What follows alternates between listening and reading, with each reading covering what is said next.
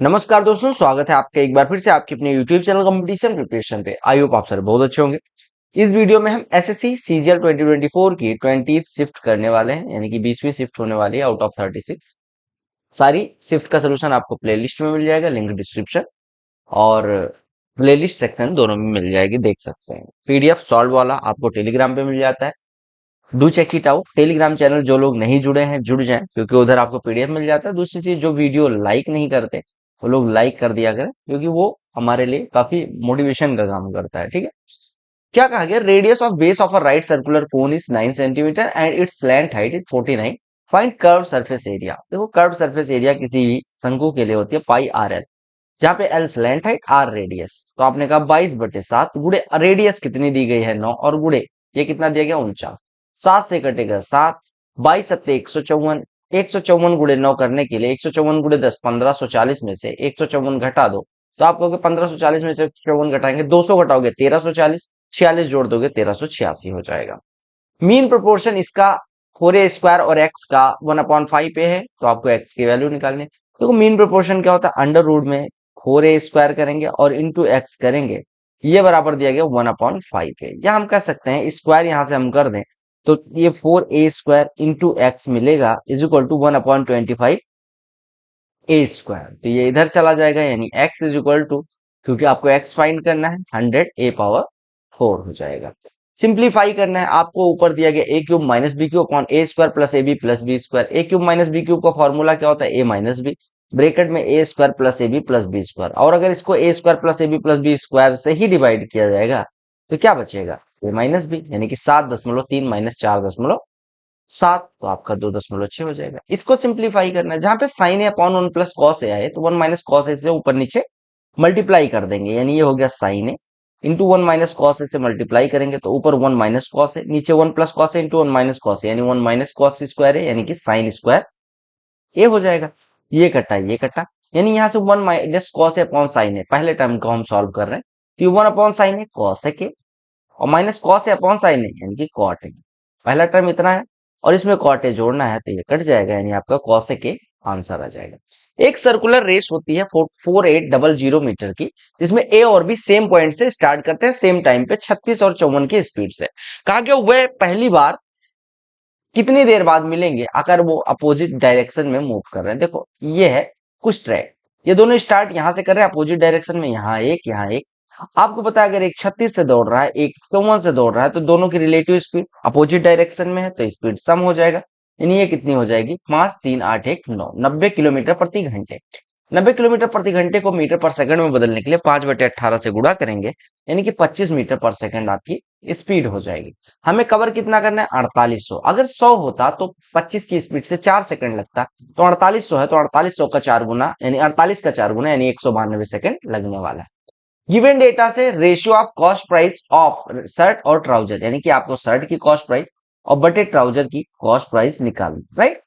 आपने कहा 1200 रुपए में शर्ट को बेचते हैं तो प्रॉफिट 20% का होता है, यानी कि कॉस्ट प्राइस कितनी होगी? 1000 की। और ट्राउजर को 10% लाभ पे बेचते हैं तो 660, यानी 10 था तो 11 में 11 बराबर 660, यानी 1 बराबर 60, यानी 10 बराबर 600। तो इसका रेशियो निकालना था, 200 से काट देंगे तो 5:3 हो जाएगा। ये पाई चार्ट जो है वो एक्सपेंडिचर दिखाता है बुक पब्लिशिंग कंपनी का। कहा कि मार्क प्राइस अगर 270 रुपए है तो आपको cost of paper two publish a single copy of book if mark price of a book is 20% much more than it's cost price. देखो क्या कहा गया, आपसे कहा गया कि कॉस्ट प्राइस से 20% बढ़ा के हम लिखते हैं। 20% बढ़ाने का मतलब 5 था तो 6 लिखा, और ये बराबर आपको दे दिया गया 270, यानी कि यहाँ से हमारी कॉस्ट प्राइस कितनी आ गई? 270 गुणे 5/6। कॉस्ट प्राइस कितनी हो गई? 270 गुणे 5/6 हो गया। अब हमें पता चल गया पूरी कॉस्ट प्राइस। हमसे पूछा गया पेपर का कॉस्ट कितना होगा। आप देखो पेपर का कॉस्ट कितना है? 25%, यानी इसका 1/4। 1/4 करने के लिए 1/4 से गुणा कर देंगे। तो आपने कहा 6 चौको 24, 24 से काटेंगे 24 इकन्नम 24, 24 इकन्नम 24, 3 30, 24 इकन्नम 24, फिर 50 6 60, 24 दूना 48, 12 24, 120, यानी कि 11.25 गुणे 5, 11 गुणे 5 55, 55 और 1.25 और 56.25 आपका आंसर हो जाएगा। कहा कि 2 लाख रुपए को 2 पार्ट में डिवाइड किया जाता, एक को 4%, दूसरे को 6% पे इन्वेस्ट किया जाता। अगर हमें टोटल 4.7% का इंटरेस्ट मिले तो आपको बताना है कितना कितना इन्वेस्ट किया गया। देखो 4% और 6% का रिजल्टेंट 4.7 बनाना है, तो 4.7 में से 4 घटेगा 0.7, और 6 में से 4.7 घटेगा, उल्टा तीर हमने लगा दिया यहाँ पे, ऐसे लिख देना। तो 6 में से 4.7 घटेगा 1.3। अब आपने कहा इनका रेशियो जो होगा वो 13:7 होगा, यानी कि अगर 20 रुपए होता तो 13 रुपए एक साइड में और 7 रुपए एक साइड में, तो यहाँ पे 13 रुपए एक साइड में, 7 रुपए एक साइड में हमने इन्वेस्ट किया। कहा गया refer the value table and answer the question that follow. आपको दिया गया कितने ब्रांच, कुछ ब्रांच में कितने बॉयज कितने गर्ल्स हैं, तो कहा गया what percent of student who choose medical are boys. Medical में टोटल स्टूडेंट कितने हैं 200, 200 में से बॉयज कितने हैं 80, कितने परसेंट हो गए 40%। टेन थीटा दिया गया, अब इसकी वैल्यू पूछेगी, अगर रूट ऊपर भी है नीचे भी है तो हम एक ही रूट में लिख सकते हैं, 1 minus sine theta upon 1 plus sine theta, लिख लिया। अब हम क्या काम करते हैं, 1 माइनस साइन थीटा से ऊपर नीचे गुणा कर देते हैं, तो 1 plus sine theta 1 minus sine theta यहाँ हो गया, और ऊपर इसी का स्क्वायर बन गया। अब स्क्वायर का रूट लेना आपको पता है आसान है, तो ये 1 माइनस साइन थीटा हो गया, और नीचे 1 plus sine theta into 1 minus sine theta, यानी कि 1 माइनस साइन स्क्वायर थीटा यानी कॉस स्क्वायर थीटा, जिसका वर्गमूल हम। अब अंश में दो पद है, हर को लेके अलग हो जाए, यानी हो गया सेक थीटा और माइनस का टेन थीटा, राइट। आपको पता है अगर टेन थीटा 8/15 है तो सेक थीटा, ये देखो ऐसे भूल जाओ सब कुछ, ये थीटा है, ये 8 है, ये 15 है, तो ये 17 हो जाएगा। तो सेक थीटा कितना हो जाएगा 15/17, और माइनस 15/17 होगा कि 15 वो होगा, आपने कहा 15/17, और माइनस टेन थीटा 8/15। ठीक है, हमने सही किया। अरे 1 minus sine theta upon cos theta हुआ, 1 upon cos theta sec theta minus tan theta, sec theta minus tan theta आपका कितना हो गया, ये 8 है ये 15 है, तो ये कितना हो जाएगा 15 8 23 और 23 7, रुक जाओ, ये 8 है ये 15 है तो कितना हो जाएगा, अरे अंडर रूट में 15 225 और 64 200 है, ठीक है एकदम सही है। सेक थीटा कितना हो जाएगा, सेक थीटा हो जाएगा कर्ण बटे आधार, हमने थोड़ा उल्टा कर दिया है, 17/15 होगा, देखो गलत कर दिया था अभी तक, 17/15 माइनस 8/15, ठीक है। टेन थीटा कितना 8/15, तो ये कितना हो गया 9/15, 9/15 मतलब 3/5 हो जाएगा, राइट। कहा गया गेन परसेंटेज बताना है, जब सिद्धि ने अपना स्कूटर इतने पे बेचा, 1/5 हिस्सा सेलिंग प्राइस का उसे प्रॉफिट हुआ। देखो सेलिंग प्राइस जो भी है उसका 1/5 हिस्सा अगर प्रॉफिट है तो कॉस्ट प्राइस कितना होगा 4/5, 4/5 तो हो गया। अब कोई चीज 4/5 की खरीदी गई, 1/5 का फायदा हुआ, यानी 4 की खरीदी गई 1 का फायदा, तो 25% का फायदा होगा, कुछ भी नहीं करना था। अगला प्रश्न देखिएगा, कहा गया एक इलेक्शन होता है दो कैंडिडेट के बीच में, एक कैंडिडेट को 88% वोट का मिला, वो मेजोरिटी 684 की मेजोरिटी से जीत। एक को अगर 88% मिला तो दूसरे को कितना मिला होगा 12%, यानी मेजोरिटी उसके हिस्से में कितनी आई होगी, यहाँ पे 76%। 76% की मेजोरिटी बराबर 684, यानी हम यहाँ से निकाल सकते हैं, यहाँ से हम कितने से काटेंगे 19 से, 76% बराबर 684, तो 19 चौको 76, 19 या 57, 19 छक्के 114, यानी 4% बराबर 36, यानी कि 1% बराबर 9, 100% बराबर 900। दो आर्क है पी ए क्यू और आरबीएस कॉन्ग्रुएंट है। कॉन्ग्रुएंट होने का मतलब जब दो आर्क कॉन्ग्रुएंट होते हैं, मान लो ये एक आर्क हो गया एक आर्क ये हो, ये दोनों अगर कॉन्ग्रुएंट हो जाएं, ठीक है, तो इसका मतलब हो गया दोनों की लंबाई बराबर है। अगर दोनों की लंबाई बराबर है, ठीक है, ये देखो ये पी ए क्यू था, पी ए क्यू मान लो, और ये आर बी एस, ठीक है, ये मान लो इस तरह के चाप। अब आपसे पी क्यू और आर एस का रेशियो पूछा गया, तो अगर ऐसा रेशियो पूछा जाए तो आप कहेंगे ये दोनों बराबर हो जाएंगे। अरे ये देखो पी ए क्यू मान लो ए इसी पे बिंदु है, आर बी एस मान लो ये बिंदु, अब दोनों आर्क चूंकि कॉन्ग्रुएंट है तो उनकी लंबाइयां बराबर होंगी, तो उनका रेशियो कितना होगा।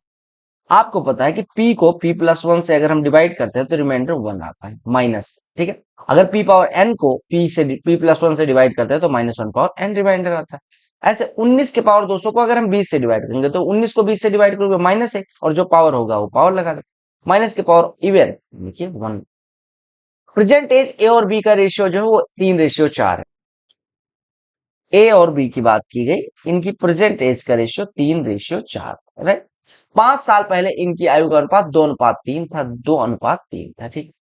अब 5 साल पहले, आप 5 साल पहले अगर जा रहे हैं तो दोनों का आयु मतलब जो रेशियो में कमी आ रही है, यानी 5 साल पहले जाने के लिए 5 साल पहले की बात है तो एक रेशियो की कमी होती है, यानी एक रेशियो बराबर 5 साल। तो अभी बी की वर्तमान आयु कितनी हो जाएगी 4 रेशियो यानी कि 20, और ए की वर्तमान आयु कितनी हो जाएगी 3 रेशियो यानी कि 15। बस सिंपल सी बात।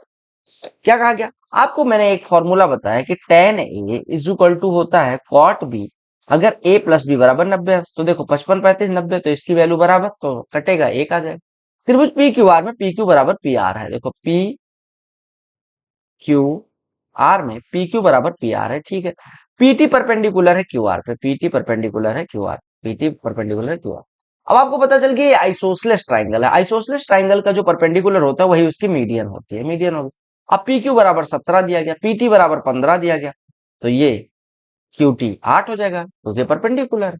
अगर ये 8 हो गया तो ये भी 8 हो गया, तो क्यू आर का माप कितना हो जाएगा, 8 दूनी 16 हो जाएगा। एक और अच्छा प्रश्न जो आपके एसएससी सीजीएल के इस शिफ्ट में पूछा गया, 20th शिफ्ट यानी कि 18 की सेकंड शिफ्ट में क्या कहा गया, एक सर्कल है जिसकी रेडियस 7 सेंटीमीटर है या 7 यूनिट है। पीक्यू और क्यूआर दो जीवाएं हैं जो 7 यूनिट लंबी है। जब वृत्त की त्रिज्या के बराबर जीवाओं की लंबाई दी जाए तो केंद्र पर 60 डिग्री का कोण बनता है। तो ऐसे कुछ बनाना कि केंद्र पर 60 डिग्री बनता लगे। कहा गया पी क्यू है और क्यू आर है, इस तरह से फिगर बनेगा। पी क्यू और क्यू आर यहाँ पे मान लो केंद्र है, तो हम इसको मिला देते हैं, तो ये 60 डिग्री का कोण बनाएंगे। ऐसे अगर हम यहां से उठाएं इसको, इसको और इसको मिलाएं तो भी 60 डिग्री का कोण बनाएंगे, ठीक है। आपने कहा ये सब साथ साथ दिया गया, ये साथ, ये साथ, ये त्रिज्या है, ओपी ओ क्यू त्रिज्या, ओ आर त्रिज्या, और बाकी ये दोनों की लंबाई 7। अब आपने कहा चारों भुजाएं बराबर, तो ये कैसा हो गया, रोम्बस हो गया। चारों भुजाएं बराबर तो रोम्बस, समचतुर्भुज हो गया। अब समचतुर्भुज के लिए आपको पता है, आपको क्या निकालना है, जीवा पी आर की लंबाई निकालनी है। अब रोम्बस का वो फॉर्मूला याद करो कि विकर्ण अगर D1 हो, एक डायगोनल D1 हो, दूसरा डायगोनल D2, तो D1 square plus D2 square बराबर होता है 4 टाइम्स ऑफ ए स्क्वायर, जहां पे ए साइड होती है। तो D1 स्क्वायर ये 7 प्लस D2 स्क्वायर, यानी हम कह सकते हैं D2 स्क्वायर बराबर 4 इंटू 7 स्क्वायर माइनस 7 स्क्वायर, यानी कि हम कह सकते हैं 3 गुणे 7 स्क्वायर। अगर D2 बराबर इतना है तो D2 स्क्वायर बराबर इतना है, तो D2 बराबर कितना हो जाएगा, इसका रूट, यानी 7 रूट 3 हो जाएगा। अब रूट 3 से ऊपर नीचे गुणा कर दो, तो 7 रूट 3 गुणे रूट 3 और बटे में रूट 3, राइट। तो 7 रूट 3 गुणे रूट 3, 21 बटे का रूट 3, ये हो जाएगा आपके जीवा पी आर की लंबाई, या हम कहें इस रोम्बस के लिए डायगोनल। यहाँ पे बस एक चीज याद रखना है कि रोम्बस अगर कोई है, उसके दो डायगोनल D1 और D2 हैं, तो D1 का स्क्वायर प्लस D2 का स्क्वायर बराबर 4 टाइम्स ऑफ साइड का स्क्वायर, और अगर इसकी एरिया पूछी जाती है तो हाफ D1 D2 हो जाती है। बस ये याद रखना है, ठीक है। अगला प्रश्न देखिएगा, कहा गया दो सक्सेसिव डिस्काउंट अगर 150 वाले टॉय पे दिया जाता है तो 105 का बिकता है। अगर एक डिस्काउंट 12.5% का, तो दूसरा डिस्काउंट कितना होगा। तो वो 150 पे 12.5% का डिस्काउंट देने का मतलब कि 150 को 7/8 में बेचा गया। अब अगला कितने का डिस्काउंट है हमें नहीं मतलब, हम मान लेते हैं कुछ का डिस्काउंट है, और ये बराबर वस्तु हमारी हो जाती है 105 की, ठीक है।